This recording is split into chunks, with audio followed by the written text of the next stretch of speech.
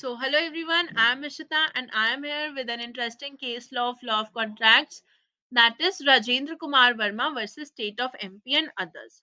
अब जो हमारे रिस्पोंडेंट हैं इस केस में, ये क्या करते हैं, एक इनविटेशन टू टेंडर देते हैं for the sale of tendu leaves from Budhni.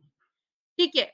हमारे petitioner that is Rajendra Kumar Verma इस टेंडर को एक्सेप्ट करते हैं एट अ रेट ऑफ ₹38.25 पर बैग.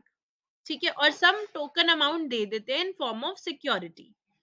अब जब ये सारी चीजें हो जाती हैं, बट टेंडर के ओपन होने से पहले ही जो हमारे पिटिशनर है वो रिफ्यूज कर देते हैं कि मैं नहीं कर पाऊंगा, तो उनके पास अब एक ही ऑप्शन बचता है कि जो टेंडर है वो गवर्नमेंट को दे दे.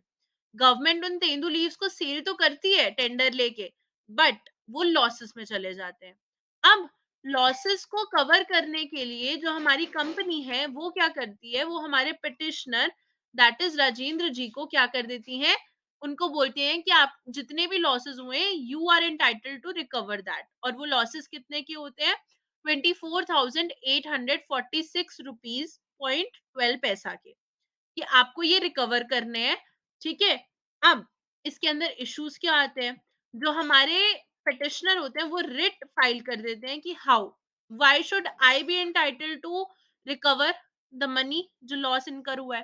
तो इसके अंदर इश्यूज ये होते हैं कि क्या जो टेंडर भी on the behalf of petitioner है वो विड्रॉ किया जा सकता था बिफोर इट वाज ओपन.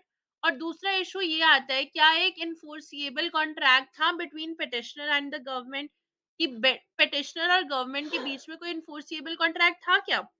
तो इसकी जजमेंट ये आती है, सिंपल सिंपल ये चीज बोलते हैं कि जो टेंडरर है वो अलाउड होता है कि वो विड्रॉ कर ले अपना tender before the opening of the tender.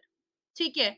और there should be at least one tender available, कि एक टेंडर अवेलेबल होना चाहिए.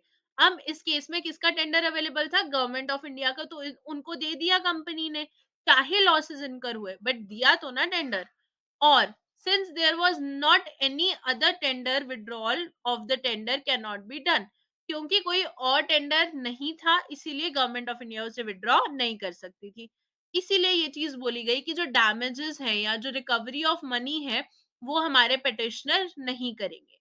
अब इस पूरे केस से कॉन्सेप्ट क्या आया हमारे पास, इस पूरे केस का कॉन्सेप्ट हमारे पास ये आया कि आर्टिकल 299 ऑफ इंडियन कॉन्स्टिट्यूशन ये स्टेट करता है कि बोथ द पार्टीज जो कॉन्ट्रैक्ट में आ रही है उनके पास सर्टेन प्रोटेक्शन है, कि उनको कब डैमेजेस क्लेम नहीं करने होते और कब डैमेजेस नहीं देने होते.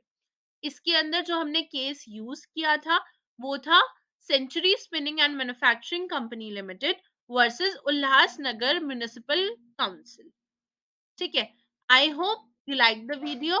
Thank you so much. Please like share and subscribe.